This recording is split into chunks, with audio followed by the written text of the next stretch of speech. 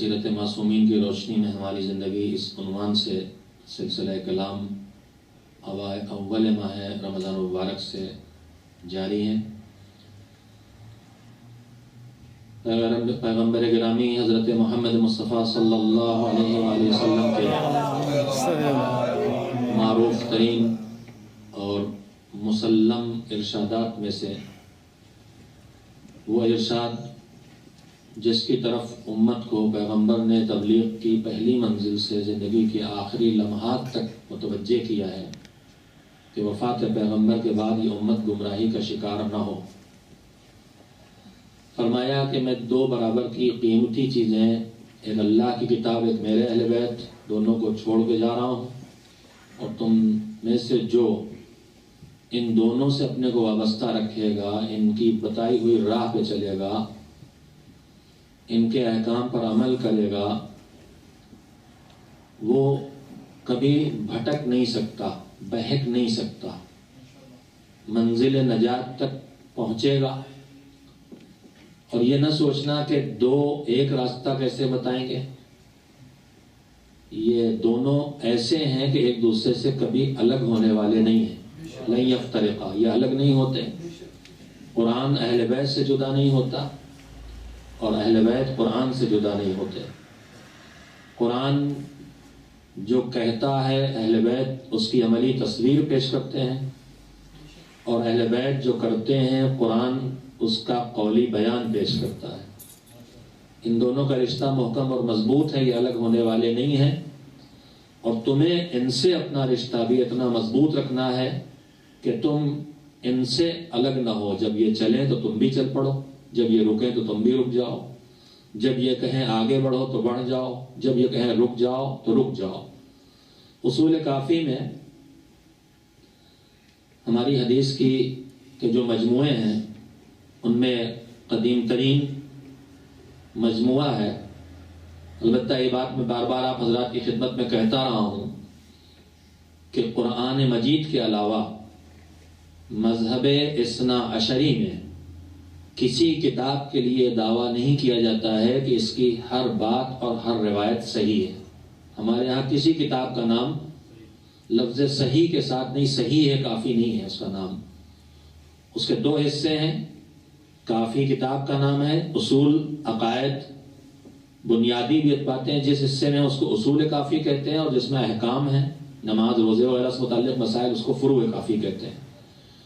کافی اس میں چیپٹرز ہیں، اور عام حدیثوں کے مجموعوں میں ایک چھوٹی سی بات، معلومات جوانوں کے معلومات میں ہو سکتا ہے اس سے کوئی تبدیلی آئے جائے، اضافہ ہو جائے،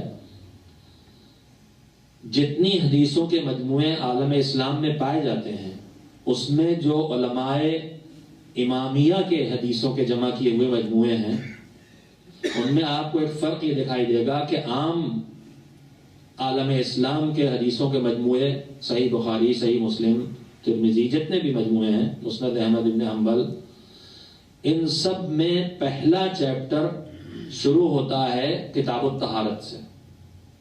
یہ پاک، یہ نجس، یہ حلال، یہ حرام، مثال طور پر یہ نماز پڑھو، یہ روزہ رکھو، آگے جا کے عبادات۔ لیکن جو علماء اہل بیت کے جمع کے ہوئے مجموعے ہیں ان کی کتابوں میں پہلا چیپٹر اس کا نام ہوتا ہے کتاب العقل، ماشاءاللہ، جو اس بات کو پہنچاتا ہے کہ مذہب کا آغاز ہو ہی نہیں سکتا، مذہب کا آغاز طہارت نجاست سے نہیں ہوگا۔ طہارت نجاست تک تو آدمی تب پہنچے گا جب خدا تک پہنچے گا، پھر خدا اسے رسول تک پہنچائے گا، رسول اسے کتاب تک پہنچائے گا، پھر اس کے بعد وہ حلال و حرام، یہ جائز یا ناجائز کی بحث شروع ہوگی۔ تو علماء امامیہ کی کتابوں میں آغاز ہوتا ہے کتاب العقل سے، جو اس بات کی دلیل ہے کہ ہمارے مذہب کی ہر بات کی بنیاد عقل پر ہے۔ اس حدیث کے اس پہلے چیپٹر کی پہلی روایت کیا ہے؟ میں نے جس کے سنانے کے لیے آپ کو کسی تمہید سنا دی کہ وابستگی اور تمسک کا مطلب کیا ہے۔ قرآن سے وابستہ رہو، اہل بیت سے وابستہ رہو، اس کا مطلب کیا ہے؟ اور میں ذرا اور وضاحت کروں کہ مذہب کی زبان میں یہی سمجھداری ہے۔ جہاں قرآن کہے کہ یہ کرو وہ ہم کریں، جہاں روک دے وہاں ہم رک جائیں، جہاں اہل بیت کہیں یہ کام تمہیں کرنا ہے وہ ہم کریں، جہاں کہیں یہ نہیں کرنا ہے تو ہمارے جذبات کچھ کہہ رہے ہوں، ہماری عادتیں کچھ کہہ رہی ہوں، ہمارے ماحول کا تقاضا کچھ ہو رہا، وہ کہیں رک جاؤ تو ہم رک جائیں۔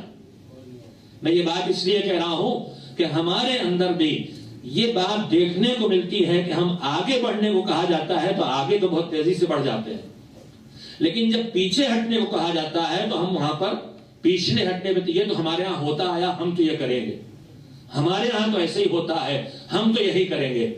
مگر مذہب اسے سمجھداری نہیں کہتا کہ جذبات کی حکومت قائم ہو، مذہب کہتا عقل کی حکومت قائم ہو۔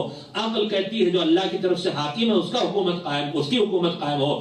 اللہ کی طرف سے جو حاکم رسول یا امام ہے وہ کہتا ہے اللہ کی حکومت قائم کرو، اپنے جذبات کی نہیں۔ آپ یہ بتائیے مولا ابو الفضل العباس علیہ الصلوۃ والسلام کے تاریخ و سیرت کا نمایاں ترین پہلو کیا ہے؟ بہادر، شجاع، ایک اکیلے پورے لشکر پہ بھاری، اور کتنی ایسی منزلیں آئی ہیں جب عباس کا ہاتھ قبضہ شمشیر پہ گیا۔ پوری تاریخ آپ سنتے رہتے ہیں، بھائی کے جنازے سے لے کے فرات کے کنارے سے خیمے ہٹانے تک، اور پھر بار بار جب لاشیں اٹھا کے لاتے تھے تو ہر بار قبضہ شمشیر پہ ہاتھ رکھ کے کہتے تھے میدان جنگ میں جانے کی اجازت دیجیے۔ تو عباس آگے بڑھنے کے لیے تیار ہے، مگر امام وقت کہہ رہا ہے رک جاؤ۔ تو جو آگے بڑھنے کے لیے بے چین ہے، جب امام کہتا ہے تو جذبات پہ بھی قابو ہے، دل و دماغ پہ بھی قابو ہے، زبان پہ بھی قابو ہے، ہاتھ پیروں پہ بھی قابو ہے۔ جہاں آگے بڑھنے کا حکم ملے گا وہاں بڑھیں گے، جہاں رکنے کا حکم ملے گا وہاں رک جائیں گے، جہاں پیچھے ہٹنے کو کہا جائے گا وہاں پیچھے ہٹ جائیں گے، چاہے خیمے اکھاڑ کے لے جانا پڑے گا۔ تو یہ ہمارے رہنماؤں کی تعلیم یہی ہے، یہی مذہب کی زبان میں سمجھداری ہے عزیزوں۔ جہاں کہیں وہاں آگے بڑھو، جہاں روکے وہاں رک جاؤ۔ کتاب العقل والجہل کے نام سے، کتاب العلم والجہل نہیں ہے، کتاب العقل والجہل ہے، یعنی عقل کے مقابلے میں اگر کوئی بات علمی بھی لگے لیکن خلاف عقل ہو تو وہ جہالت ہے مذہب کی نگاہ میں۔ آپ لاکھ اسے علمی چولا پہنا کے لائے کیپسول بٹھائیں علم کے، لیکن اگر وہ عقل کے خلاف ہے تو وہ جہالت ہے۔ اسے جتنے کیپسول چاہے پہنا دے، جتنی قبائیں اسے چاہے اڑا دیں، جتنے امامے چاہے اسے پہنا دے، لیکن اگر وہ خلاف عقل ہے تو وہ علم نہیں ہے، وہ جہالت ہے۔ کتاب العقل والجہل، اس کی پہلی حدیث پیغمبر گرامی سے منسوب ہے۔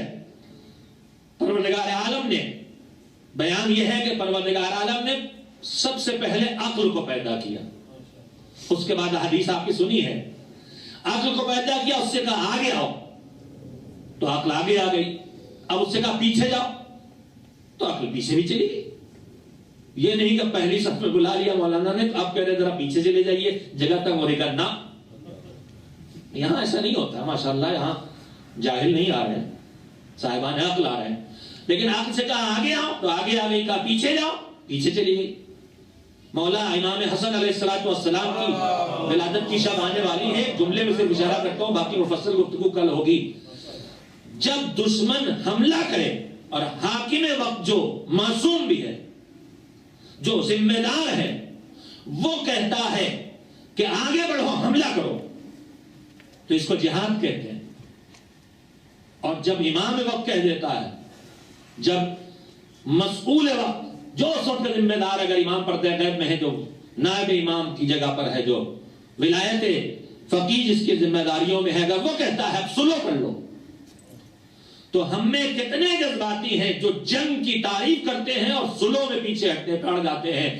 آج ہمارے درمیان بھی ایسے لوگ ہیں جو صلح حسن پہ اعتراض کرتے ہیں، مگر مذہب کی زبان میں یہ ناسمجھی ہے۔ جب وہ کہیں آگے بڑھو تو آگے بڑھو، جب وہ کہیں پیچھے ہٹو تو پیچھے ہٹو، جہاد کو کہیں تو جہاد کرو، سلو کو کہیں تو سلو کرو۔ اسی لیے پیغمبر گرامی نے اپنے دونوں بیٹوں کے لیے کہا تھا ہذان امامان قاما او قعدا، یہ امام ہیں، یہ قیام کریں تو بھی امام ہیں، یہ بیٹھ جائیں تو بھی امام ہیں، آگے بڑھیں تو بھی امام ہیں، رک جائیں تو بھی امام ہیں۔ کتاب العقل والجہل کی پہلی حدیث یہ، اللہ نے عقل کو پیدا کر کے کہا آگے بڑھو، عقل آگے بڑھ گئی، اس سے کہا پیچھے ہٹو، وہ پیچھے ہٹ گئی، پھر جہالت خلق ہو چکی ہے۔ جہالت سے کہا آگے بڑھو، بڑھ گئی آگے، کہا پیچھے ہٹو، کہا یہ نہیں ہوگا، یہ نہیں ہوگا۔ تو میرے عزیزوں، عقل اور جہالت کے درمیان فاصلہ ہی اتنا ہے کہ آدھی بات جو مانتی ہے اس خالق کی وہ جہالت ہوتی ہے جو خالق اور حاکم کی پوری بات مانے وہ عاقل ہوتا ہے۔ ابھی ہمیں طے کرنا پڑے گا کہ کتنی عقل مندیاں ہمارے درمیان ہیں اور کتنی جہالتیں ہمارے درمیان ہیں۔ بہت سی جگہوں پر ہم پوری بات مان لیتے ہیں، لیکن کہیں کہیں آدھی بات ماننے پہ تیار ہوتے ہیں اور آدھی بات ماننے پہ تیار نہیں ہوتے ہیں۔ تو گمراہی سے اگر بچنا ہے تو تمسک رکھنا ہے، اور تمسک کا مطلب یہ ہے کہ ہمیں ان کی ہر بات کو ماننا، ان کی پوری باتوں کو ماننا ہے۔ یہ نہیں کہ جو ہمارے مزاج کے مطابق ہے وہ ہم مانیں گے اور جو ہمارے مزاج سے ٹکرا رہے ہیں وہ ہم نہیں مانیں گے۔ جو حکم دین ہے، جو حکم مذہب ہے، جو حکم خدا ہے، وہ ہمیں آنکھ بند کر کے قبول کرنا ہے۔ یہ طے کرنا عقل کا کام ہے کہ حاکم کون ہے، اور یہ کب طے ہوگا؟ جب یہ طے ہو جائے کہ حاکم کیسا ہونا چاہیے، پھر طے ہوگا حاکم کون ہے، پھر طے ہوگا حکم کیا ہے۔ جب یہ تین منزلیں اطمینان کی ہو جائیں گی، عقل سے طے کر لیں گے حاکم کیسا ہونا چاہیے، حاکم کون ہے، اس کا حکم کیا ہے، تو پھر اس بحث کی ضرورت باقی نہیں رہ جاتی کہ یہ حکم کیوں دیا جا رہا۔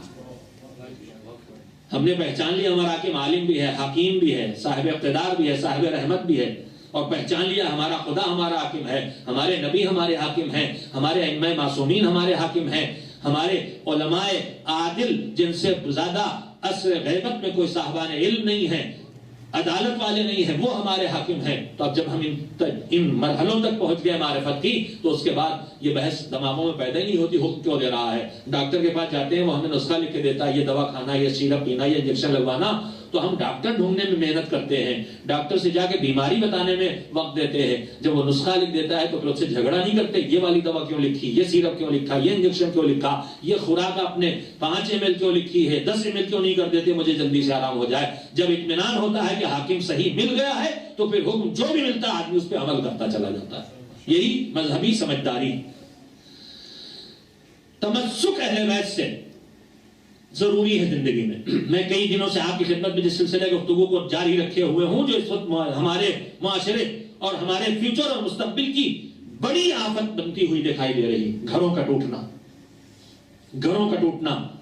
اللہ نے پورا نظام مذہب بنایا، ایک دوسرے سے قریب آؤ، ایک دوسرے کے لیے محبت پیدا ہو، ایک دوسرے کا خیال رکھو، ایک دوسرے کا لحاظ کرو، دوسروں کے کام آؤ، اپنے کو کچل کے دوسروں کو کام آؤ۔ لیکن اب ہم اس کو توڑنے میں تیز رفتار ہو گئے ہیں، اس لیے کہ ہم اپنے ماحول سے نکل کے اس ماحول میں آ کے بس گئے جہاں دیکھنے میں عمارتیں مضبوط ہیں لیکن جہاں خاندان کھنڈر بن چکے ہیں، جہاں محبت کی دیواریں ساری گر چکی ہیں، جہاں خلوص اور ایمانداری اور للہیت کا تصور مٹ چکا ہے۔ یہ عمارتیں خوبصورت ہیں لیکن یہاں خاندان بکھرے ہوئے ہیں، جیسے ہمارے یہاں کھنڈر پڑے ہوئے ہیں۔ پرانے زمینداری کے دور میں 1947 میں جو ہجرت کر چلے گئے، آج بھی ان کے بڑے بڑے محل، ان کی اینٹیں آج بھی بکھر رہے ہیں۔ تو وہاں وہ تو بکھر گیا ہے لیکن گھر نہیں بکھرا ہے، گھرانہ نہیں بکھرا ہے۔ گھر بکھر گیا ہے لیکن گھرانہ نہیں بکھرا ہے۔ یہاں گھر اچھے بنے ہوئے ہیں لیکن گھرانے بکھر رہے ہیں، رشتے مٹ رہے ہیں۔ اور رشتوں کی جو بنیاد ہے جب وہی کمزور ہو جائے گی تو سارے رشتے کمزور ہوتے چلے جائیں گے۔ میں نے کئی دن آپ کا وقت دیا اور آج بھی تھوڑا اور بات کہہ کے اور پھر سلسلہ گفتگو کو اس سے آگے بڑھاؤں گا کہ کریم پروردگار نے رشتہ جوڑنے کو انتہائی آسان کیا ہے اور رشتہ توڑنے کو انتہائی مشکل کیا ہے۔ ہمیں یہ طے کرنا پڑے گا کہ مرد اور عورت کو اللہ نے کیا ایسا ڈیزائن کیا ہے کہ ساری زندگی دونوں اکیلے رہ سکتے ہیں، یا ایسے ڈیزائن کیا ہے کہ اکیلے رہنے کے لیے نہیں بنایا ہے، ان کو ایک ساتھ رہنا، یہ طے کرنا پڑے گا۔ اگر یہ فیصلہ ہم کر لے جائیں کہ پوری زندگی اکیلی عورت رہ سکتی، اسے مرد کی ضرورت نہیں، کسی جگہ ضرورت نہیں، نہ روزی کے لیے، نہ مشورے کے لیے، نہ نفس کی ضرورتوں کو پورا کرنے کے لیے، کہیں عورت کو مرد کی ضرورت نہیں۔ اور ایسی مرد بیٹھ کے طے کر لے کہ ہمیں قطعاً عورت کی ضرورت نہیں، زندگی کے ساتھی کی کوئی ضرورت نہیں۔ اگر یہ آپ طے کر لیں تو پھر میری بات ختم ہو جاتی ہے۔ ٹھیک ہے، آپ فیصلہ کر لیتے ہیں عورت اکیلی رہ سکتی ساری زندگی بغیر مرد کے، اور مرد اکیلا رہ سکتا ساری زندگی بغیر عورت کے، تو میری بحث ختم ہو گئی۔ لیکن اگر ہم مسلمان ہیں تو یہ نہیں طے کر سکتے، اگر ہمارا قرآن پر ایمان ہے تو ہم یہ نہیں طے کر سکتے، اگر ہم اللہ پہ بھروسہ رکھتے ہیں تو ہم یہ نہیں طے کر سکتے اللہ نے اکیلے رہنے کے لیے دونوں میں کسی کو نہیں بنایا۔ خلق لکم من انفسکم ازواجا لتسکنوا الیہا، صاف کہتا ہے دونوں کو اس لیے بنایا ہے ایک جیسا تاکہ دونوں ایک ساتھ رہ کے سکون حاصل کرو اور تمہارے درمیان محبت پیدا کی۔ اللہ اس اکیلی زندگی کو بدترین زندگی قرار دیتا۔ آج یہ مصیبت بھی آ گئی ہے، رشتے تو ٹوٹ ہی رہے ہیں، نئی آفت آ گئی ہے، صاحبزادی کہتے مجھے شادی ہی نہیں کرنا، صاحبزادے کہتے ہیں مجھے شادی نہیں کرنا۔ میں ان سے صرف اتنا کہنا چاہتا ہوں کہ جوانی میں اپنی دولت، اپنی شکل و صورت، اپنے رنگ و روغن، اپنی طاقت، اپنی پوچھ پر بھروسہ کر کے آنے والے بڑھاپے کو مت بھول جاؤ، تب پچھتانے کا وقت آئے گا جب پوچھنے والے ختم ہو جائیں گے۔ ابھی جوانی ہے، ابھی کشش ہے، میں اس سے زیادہ ممبر مجھے اجازت نہیں دیتا، لیکن یہ غرور نہ پیدا ہو جائے یہ جوانی رکنے والی نہیں، یہ حسن، یہ صورت، یہ شکل رکنے والے نہیں، یہ طاقت رکنے والی نہیں۔ تب پتا چلے گا ہم اکیلے رہنے کے لیے نہیں بنائے گئے تھے، ہم اکیلے رہنے کے لیے نہیں بنائے گئے تھے، جب جانوروں کے علاوہ کوئی پرسان حال نہ رہ جائے گا، جب اٹیک ہوگا گھر میں اکیلے، بڑی بھی پڑی ہوں گی، بجلی کا بٹن دبانے کی طاقت بھی نہیں ہوگی، اس لیے کہ کوئی کنبے میں بچا ہی نہیں، کتے بلیوں کے علاوہ کچھ رہا نہیں ہے۔ تو یہ جو آج کی جوانی میں زوم ہو جاتا ہے، رزق ہمیں مل رہا ہے، روزی ہمیں مل رہی، نوکری بھی نہیں کریں گے تو ملکہ تو ہمیں اتنا خرچہ دے ہی نہیں ہے، یہ ان کا آپ کو احسان ہے کہ وہ آپ سے مراد آپ نہیں، آپ تو ماشاءاللہ سب اپنی روزی کھا رہے ہیں، لیکن جو بیکار بیٹھے رہتے ہیں ان کو زندہ رہنے کے لیے اتنی روزی ملتی ہے نا اس ملک سے، یہ ان کا احسان ہے۔ لیکن اس پر یہ غرور کر کے کہ ہمیں زندگی تو چلے گی، زندگی خالی پیسے سے نہیں چلتی، نہ مرد کی نہ عورت کی، زندگی خالی بدن کی طاقت سے نہیں چلتی، زندگی خالی حسن و جمال و شکل و صورت سے نہیں چلتی، اللہ نے ان دونوں کو ایک ساتھ رہنے کے لیے بنایا۔ زندگی اس اسٹول سے بھی نہیں چلتی، میری زبان سے فی الحال چل رہی، سروات بھیجے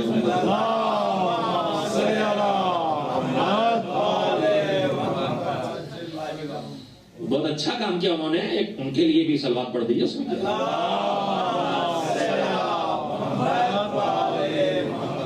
میرے عزیزوں، میں اپنے ہر جوان بھائی سے اور اپنی ہر بیٹی سے، ہر کمسن بہن سے یہ کہنا چاہتا ہوں، شیطان کے اس دھوکے میں نہ آؤ کہ ہم اکیلے جی لیں گے۔ تمہارا دنیا اگر چل بھی جائے، یہاں سے پھر پوری توجہ سے میری ہر بہن اور میرا ہر بھائی سنے جس کے دماغ میں کوئی خناس اس کا آیا کہ ہم اکیلے رہ لیں گے، میں اسے خناس کہتا ہوں، اور یہ ہے خناس، اس کے علاوہ کچھ نہیں، فطرت کے خلاف، اللہ کے احکام کے خلاف، دین کے خلاف، پوری دنیا کے تجربے کے خلاف۔ اگر ساری دنیا کے مرد اور عورتیں طے کر لیں ہم اکیلے رہ لیں گے، یا معاذ اللہ شیطنت کی جو راہ کھلی ہے کہ عورتیں عورتوں کے ساتھ رہ لیں گی، مرد مرد کے ساتھ رہ لیں گے، تو چند نسلوں کے بعد یہ دنیا آبادی رہے گی کہ ویرانہ ہو جائے گی؟ ویرانہ ہو جائے گی۔ اس کا مطلب اللہ نے اس کو اسے ڈیزائن نہیں کیا، اکیلے رہنے کے لیے نہیں بنایا۔ اور اکیلے رہنے میں دنیا چلا بھی لے جائے، چلیے، نفس کو کچل ڈالا، سب کا ڈالا، مگر دین اکیلے رہنے میں بچنے والا نہیں۔ مشہور حدیثیں میں خالی آپ کو یاد دلا رہا ہوں، اپنے ہر جماعت کو بھی، شادی میں تاخیر بھی آج ایک ہماری مصیبت بن گئی، اور بہت مسائل اسی وجہ سے پیدا ہو رہے ہیں۔ معصومین نے کہا شادی جلد ہونا چاہیے، 2 وجہیں اس کی بتائی۔ پہلی وجہ مختلف روایات ہیں جن کا کل خلاصہ یہ ہے، من تزوج فقد احرز نصف دینہ، شادی سے آدھا دین سیف ہو گیا، محفوظ ہو گیا۔ فَلْيَتَّقِ اللَّهَ فِي النِّصْفِ الْآخِرَةِ، اب آدھے دین کو بچانے کی فکر کرے۔ آدھا دین تو خالی ایک شادی سے، میں نے کہا نہیں تھا کام ہمارے ہوتے ہیں، مالک عبادت اپنی بنا دیتا ہے۔ کہیں نہیں کہ نماز شب پڑھنے سے آدھا دین بچ گیا، کہیں نہیں ہے کہ ہر سال عمرہ کرنے سے، حج کرنے سے آدھا دین بچ گیا، کوئی روایت نہیں کہتی کہ اتنی زکات نکالنے سے آدھا دین بچ گیا۔ جس میں آدمی زحمتیں اٹھاتا ہے اس میں خالی اجر دیتا ہے، اور جہاں زحمتیں نہیں ہیں، صرف لذتیں ہیں، زندگی کا سکون اور راحت ہے، کہا زندگی اور سکون کے راحت کے لیے تو ہم نے تم کو بنایا ہے، تم ہماری مرضی پوری کرو گے، ہم تمہارا آدھا دین اسی کام کی وجہ سے بچا لیں گے۔ تو آدھا دین تو شادی کرنے سے بچتا ہے، اور شادی توڑی تو کیا ہوگا؟ یہ تو آدھا دین بچا تھا، یہ بھی خطرے میں گیا، اور آدھا تو تھا ہی پہلے سے خطرے میں، پہلے ہی سے تو پورا کا پورا دین خطرے میں چلا گیا۔ دوسری روایت یہ کہتی ہے کہ ایک تو ہے وہ بڑے میاں شیطان، جناب آدم سے ٹکر لی تھی، پھر ان کا پورا لشکر ہے۔ میں آپ حضرات سے کہنا چاہتا تھا، اگر ایک دن ہم ایک دعا ماہ رمضان کی صرف پڑھ لیں، اگر 5 آدمی 10 لوگ مومنین بھی تیار ہوں گے، ایک ماہ رمضان کے دنوں میں پڑھے جانے کی دعا ہے، اور انتہائی اعلیٰ ترین مضامین اس میں ہیں جو ہماری فکر اور سوچ سے اوپر ہیں. معصومین کے ذریعے ہمیں ذخیرہ ملا ہے لیکن ہم اس سے محروم ہیں. کم سے کم کوئی ایک دن چھٹی کا معین کر لے نماز ظہرین کے بعد یا مجلس سے تھوڑا پہلے جلدی آ جائے, ایمانداری سے 5 لوگ 10 لوگ ترجمے کے ساتھ وہ دعا پڑھ کے پتا چلے کہ ہم اللہ سے اس ماہ مبارک میں کیا کیا مانگ سکتے ہیں. اس میں ایک جگہ شیطان سے پناہ مانگنا, شیطان سے پناہ مانگنے کے لیے 12-15 قسم کے خطرے ایک جملے میں آئے ہیں جو انسان کے لیے پیدا ہوتے ہیں, اس کے جال سے, اس کے دھوکے سے, اس کے فریب سے, اس کے جھوٹ سے, اس کے وسوسے سے, اس کے دلوں میں بھوکنے سے, اس کے دماغوں میں ہلچل پیدا کرنے سے, اس کے شاگردوں سے, اس کے لشکر سے 12-15 قسم کے تدبیریں ہیں شیطان جو ہمیں بہکانے کے لیے کرتا ہے. اسی میں ایک ہے کہ اس کے شاگرد ہیں. تو جب کوئی انسان اس دنیا میں آتا ہے تو ایک کی ڈیوٹی وہ پرسنل, ہمارے انڈیا پاکستان میں ایک فیشن ہے, ان کے ساتھ وہ گارڈ کتنے چل رہے ہیں, ساتھ میں سیکیورٹی کا کتنا انتظام ہے. تو یہ شوق تو اب نیا پیدا ہوا ہے, شیطان نے شوق پہلے ہی پورا کر دیا ہے. ایک گارڈ فوراً لگا دیتا ہے وہ ہمارے ساتھ. روایت کہتی ہے, میرے جوان خاص کر کے سنیں, جب ابھی جاب ٹھیک نہیں, ابھی پیسہ نہیں کما رہے, اور میرے بھائی اور میری بہنیں سنیں کہ جو ارے ابھی کیسے شادی کر دے سلمہ نے ابھی کمانا تو نہیں شروع کیا. قرآن مجید کہتا ہے, قرآن مجید کیا کہتا ہے اور ہم کیا کہتے ہیں. قرآن مجید کہتا ہے بسم اللہ الرحمن الرحیم وَأَنكِحُوا الْأَيَامَ مِنكُمْ وَالصَّالِحِينَ مِنْ عِبَادِكُمْ وَإِمَائِكُمْ إِن يَكُونُوا فُقَرَاءَ يُغْنِهُمُ اللَّهُ مِنْ فَضْلِهِ. اس سے کلیئر لہجہ نہیں ہو سکتا. اپنے درمیان جو غیر شادی شدہ افراد ہیں, جن کی شادیاں نہیں ہوئی ہیں اور اچھے ہیں, صالح ہیں, اچھے عمل والے ہیں, اللہ کی اطاعت کرنے والے ہیں, ان کی شادی کرو. یہ سوچ کے نہ رکو ابھی کمانا نہیں شروع کیا. ان یکونوا فقراء یغنیہم اللہ من فضلہ. اگر وہ تنگ دست بھی ہوں گے تو اللہ اپنے فضل سے انہیں غنی بنا دے گا. ہم روکے بیٹھے ہیں, ابھی کمانا نہیں شروع کیا. میں نے برسوں پہلے لاس اینجلس میں یہ کہی تھی کہ جو زندگی کے ہمارے مشکلات ہیں, عمر زیادہ ہونے پہ شادیاں ہونے پہ مشکلات زیادہ ہوتے ہیں, پوڑا پکا ہو چکا ہوتا ہے. دونوں طرف خوب تجربے کر لیا, خوب دیکھ لیا, ہر چیز ناپسند. جس نے زندگی میں کبھی کوئی فلم نہ دیکھی ہو, مثال دے رہا ہوں خالی, اس کو جو فلم دکھائیے اس کو مزے کی لگے گی, اور جس نے ہزاروں دیکھ ڈالی ہیں بڑی مشکل سے پسند کرے گا. جس کو ایک جوڑا کپڑا نصیب نہ ہو, عید میں بنوا دیے, خوشی خوشی پہن کے ٹہلے گا. جس کے پاس الماری میں 50 جوڑے لگے ہیں, یہ نہیں وہ نہیں, یہ نہیں وہ نہیں, تو گھاگ ہونے سے پہلے شادی کر دیجیے. آپس میں الجھے رہیں گے, پھر اللہ اولاد دے دے گا, پھر زندگی چل پڑی راستے پہ. تو میں نے وہاں کہا تھا کہ مولانا تعلیم جاری کیسے کرتے ہیں. ہم نے کہا آپ کی بیٹی میرے گھر میں بہو بن کے آئے گی, میں اسے پڑھاؤں. میری بیٹی آپ کے گھر میں بہو بن کے چلی جائے, آپ اسے پڑھائیں. خرچہ برقرار رہا, بیلنس نہیں بگڑا. میری بیٹی آپ کے گھر میں چلی گئی, آپ کی بیٹی میرے گھر میں آ گئی, دونوں پڑھتے رہے. آخر یہاں اس پورے مغربی یو پی میں, ایک لفظ میں مغربی یو پی کر رہا ہوں, مغربی یو ایس اور یو کے میں, پوری دنیا میں اس ممبر کی اجازت نہیں ہے. لڑکے لڑکیاں آپس میں ایڈجسٹمنٹ کر لیتے ہیں کہ نہیں, تعلیم کے دوران مینج کر لیتے ہیں, بچے نہیں ہونے دیتے, مذہب اس کی اجازت دیتا ہے. کم عمر میں شادی کر دو, ساتھ رہیں, حرام سے بچیں. تو جوان لڑکے اور جوان لڑکی کے لیے ایک جملہ دونوں سن لیں. جوان لڑکے سے مذہب کہتا ہے کہ جب وہ شادی کرتا ہے تو وہ جو شیطان بڑے میاں نے, شیطان نے اس کے اوپر جس کی ڈیوٹی لگائی, وہ کہتا ہے یا ویلا یا ویلا یا ویلا, ایک شور مچاتا ہے. مصیبت آ گئی, آفت آ گئی, آفت کیا ہوا بھائی. اسی کے ساتھی اس سے پوچھتے تو کہتا کیا ہے, کہتا ہے کہ ہوا یہ کہ اس جوان نے اچھی سے شادی کر لی, 3/4 دین اس نے اپنا مجھ سے بچا لیا. 3/4 نہیں سمجھے تو 2/3 کہہ دیتا ہوں, 3/4 کہہ دیتا ہوں. اس نے اپنے دین کا 3/4 حصہ 75% مجھ سے بچا لیا. اب 1/4 میرے لیے بچا, اس میں مجھے کتنی کامیابی ملے گی پتا نہیں. تو میرے عزیزوں, میں نے روایتیں آپ کو خالی اس کی سنائی کہنے کے لیے کہ دنیا اکیلے گزر بھی جائے تو تنہا زندگی دین کے لیے بہرحال خطرہ ہے. اور اللہ کو اسی لیے بدترین موت کس کی قرار دی ہے. روایت کہتی ہے شر موتاکم العزا بدترین موت اس انسان کی موت ہے جو اس دنیا سے بغیر شادی شدہ ہوئے اٹھ جائے. اس کی موت بدترین موت ہے. ہمارے معاشرے میں نہیں آفت آ گئی ہمیں تو شادی نہیں کرنا. میرے عزیزوں، اور جب ہم اکیلے رہنے کا ہم نے فیصلہ کر لیا تو اس کے بعد جو جی چاہے کریں. لیکن اگر مذہب تھوڑا سے بھی ہمارے ذہنوں میں باقی ہے اور باقی ہے تو پھر ہمیں طے کرنا پڑے گا کہ ہم اکیلے رہنے کے لیے بنائے نہیں گئے. جب اکیلے رہنے کے لیے بنائے نہیں گئے ہیں تو ہمیں ساتھ رہنا ہے. ساتھ رہنا ہے تو ساتھ رہنے کے لیے نبھانا ہے، ساتھ رہنے کے اصول طے کرنا ہے، ساتھ رہنے کے لیے کچھ ایک دوسرے کو برداشت کرنا ہے. دو سگے بھائی اور دو سگی بہنوں کے مزاج ایک نہیں ہوتے. یہ مرد الگ سے آیا عورت الگ سے آئی، دونوں کی سوچ ایک ہو، دوسروں کی پسند ایک ہو، دونوں کی مزاج ایک ہو، یہ ناممکن نہیں ہے.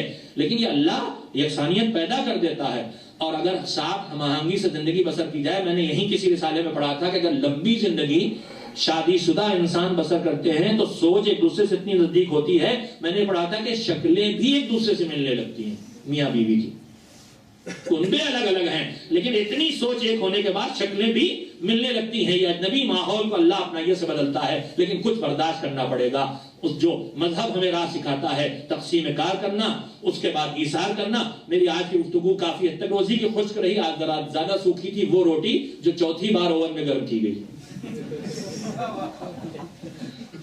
ایک بار سلوات دے دیا.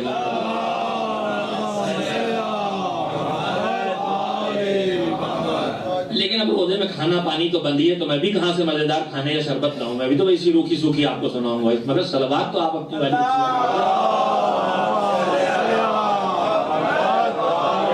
میں نے صرف یہ گزارش اس لیے کی ہے کہ اگر میرا کوئی بھائی یا بہن یہاں ہے جس کے دماغ میں کوئی خناس یہاں سے پیدا ہو گیا ہے کہ مجھے تو اکیلے رہنا ہے، یہ لڑ جھگڑ کے رہنے سے اماں ابا یوں لڑتے رہے زندگی بھر.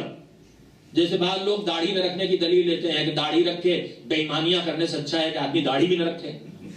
اور میں کہتا ہوں کہ بے ایمانیاں کرنے سے اچھا ہے کہ داڑھی رکھ لو تاکہ بے ایمانی نہ کرو اس داڑھی کی وجہ سے.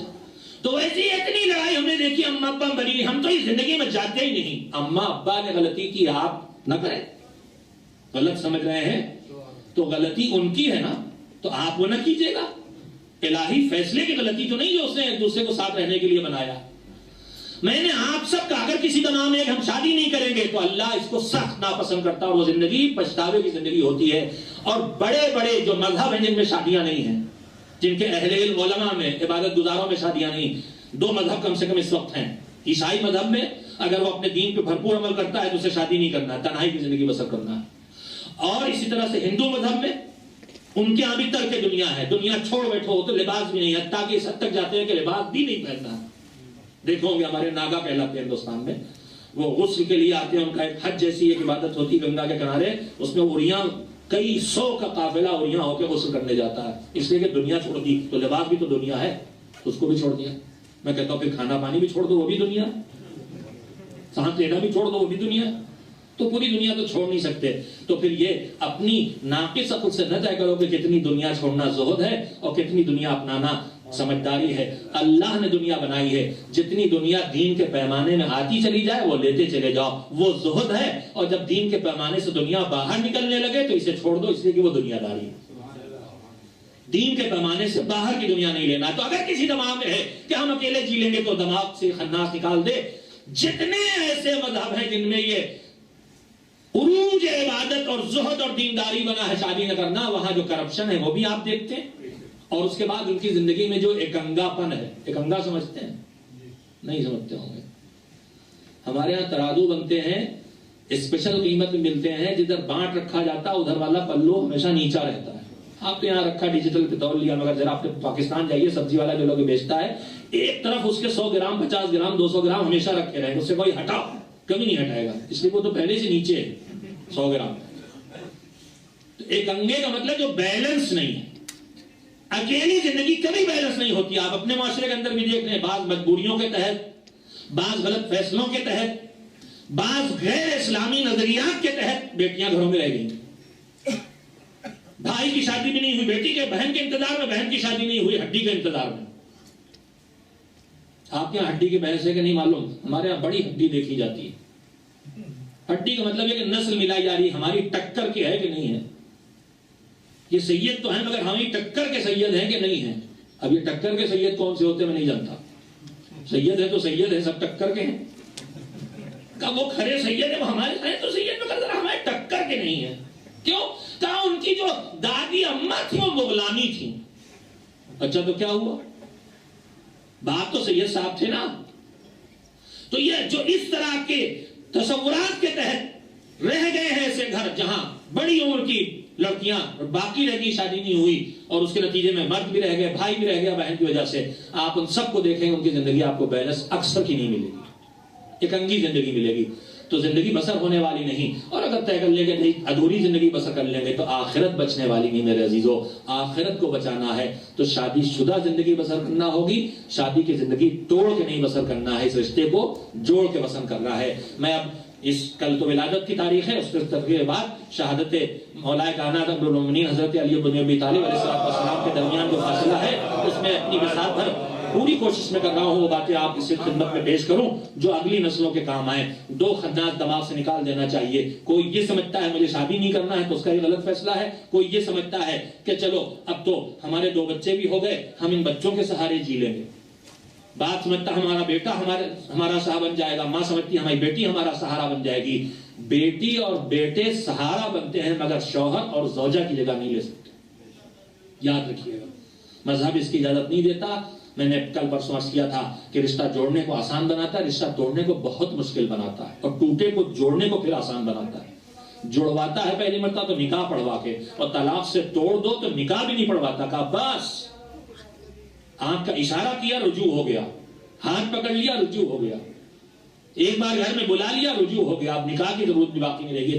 ٹوٹے کو جوڑنے کے لیے آسان بناتا ہے. یہ 2 خیال اگر دماغ سے نکال دیے جائیں تو پھر یہ طے ہوگا کہ ہمیں مل کے رہنا. اور جب مل کے رہنا ہے تو اس کے لیے کیا تدبیریں کرنا ہے، کیا ماحول بنایا ہے، مذہب نے ہماری کیا رہنمائی کی ہے. میں اگلے 2-4 دنوں میں آپ کی قوت برداشت جواب نہیں دے گی انشاءاللہ، آپ کے سامنے تذکرے کرتا رہوں گا. آج میں اپنی بات کو یہیں پہ ختم کرتا ہوں میرے عزیزو. ان سارے رشتوں کو جوڑنے کے لیے ہی ہمارے معصومین نے ساری قربانیاں دی ہیں. بندوں کو بندوں سے جوڑنے کے لیے، بندوں کو خدا سے جوڑنے کے لیے. نہ اللہ سے رشتہ ٹوٹنا پائے نہ بندوں سے رشتہ ٹوٹنے پائے. اس کریم پروردگار کا کرم انتہائی یہ ہے کہ بندہ بندے سے قریب ہوتا ہے، اللہ کہتا ہے یہ مجھ سے قریب آ گیا. وہ اپنے سے قریب بلا لیتا ہے اور پھر قربت کی منزلیں کرتا ہوا، قربانیاں دیتا ہوا، ایثار کے مرحلوں پہ چلتا ہوا وہ بندہ خدا بھی دکھائی دیتا ہے جس کے لیے ادھر سے آواز آتی ہے یا ایتها النفس المطمئنہ ارجعی الی ربک راضیۃ مرضیہ فادخلی فی عبادی وادخلی جنتی. اے نفس مطمئنہ آ جا میری طرف، تو نے اپنا کام کر دیا. یہ کون سی منزل ہے؟ زہرا کا لال کربلا کے میدان میں دونوں ہاتھوں سے جنگ لڑنے کے بعد تلوار ہاتھوں میں ذوالفقار ایسے چمک رہی ہے جیسے بجلی کون رہی ہو، سر کٹ کٹ کے گر رہے ہیں. یہ کون لڑ رہا ہے؟ حسین، زخمی حسین، پیاسا حسین، جس نے صبح سے اب تک لاشیں اٹھائے ہیں، دوستوں کی لاشیں، چاہنے والوں کی لاشیں، گود کے پالوں کی لاشیں. ایک لاش نہیں اٹھا سکا ہے برابر کے بھائی کی لاش. اور ایک لاش اٹھانے کی کوشش کی تھی تو بدن میں طاقت نہیں رہ گئی تھی، بچوں کی مدد لینا پڑی تھی. جوان بیٹے کی لاش. اب وہی حسین جو ایک بیٹے کی لاش نہیں اٹھا سکا تھا. سر اڑ رہے ہیں، تنوں سر میں جدائیاں ہو رہی ہیں، کٹ کٹ کے دھڑ گر رہے ہیں. ایک مرتبہ رکابوں میں پیر ڈال کے شاید ترائی کا رخ کر کے بوڑھے بھائی نے جوان شیر کو پکارا ہو، میرے بھیا عباس، جوانی میں اگر تم نے جنگ کے جوہر دکھائے تھے تو دیکھو تمہارا بوڑھا بھائی کس طرح سے جنگ لڑ رہا ہے. مگر دھیرے دھیرے زخم بڑھتے گئے، خون بہتا گیا. حکم خدا کے مطابق وہ وقت آتا گیا جس کا انتظار تھا. زہرا کا لال گھوڑے پہ جھوم رہا ہے. وہ وقت بھی آیا کہ پیشانی پتھر لگا، پیشانی سے خون ابلا. زہرا کے لال نے ابا کا دامن اٹھا کے خون کو پوچھنا چاہا. ظالم نے قلب حسین کا نشانہ لیا، حسین کے دل کو تیر نے توڑا. ایک مرتبہ زین سے زمین پر زہرا کی گود کا پالا آ گیا.